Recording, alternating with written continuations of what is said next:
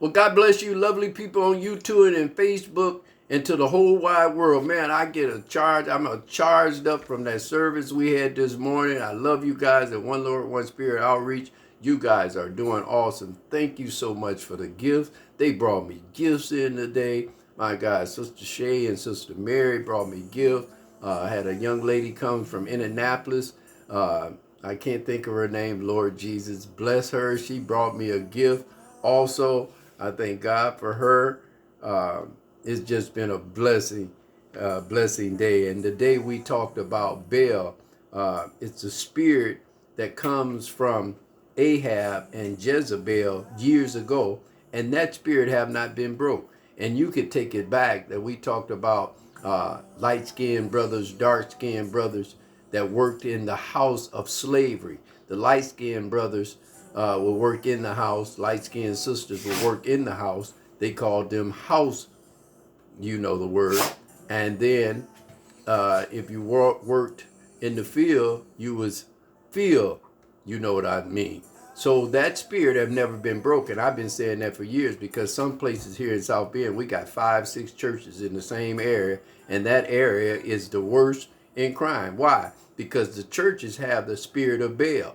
I don't care about your life change. I care about my house, my car, my money in my bank, and my children. That's not bad to think about, but when you put that before God, you're operating in a Baal spirit, because Baal spirit wants you to take all the focus off of God, if that make any sense. Jeremiah chapter 7 verse 9, it said, will you steal, murder, commit adultery, swear, falsely make offerings to Baal, and go after the other gods that you have not known? So the gods that we go after, like relationships, instead of putting God there. And then when you go into relationships and put relationships in front of God, then you open up the door, because most of you is operating in not marriage, but shacking, living together. That's a Baal spirit too, because now you're telling God that I'm not dealing with the vows. I'm not dealing with marriage. I'm dealing with the way I feel. We've been living together for 5 years. That's my fiance. That no, you're not married until you get licensed. The same way if I go hunting and I don't have no license, I'm gonna get a fine. If I go fishing and don't have license, I'm gonna get a fine. If you raise dogs and don't have license, you can get a fine. So you have to have license to do God's will, especially when it comes to being married, if that make any sense. So we had a good time today. We talked about it. I just wanted to tell my church, I thank you guys for the gifts. Sister Shay, another young lady came from Indianapolis. Bless you. I love you. I give God the praises and the glory, because we had such an awesome time talking about the spirit of Baal.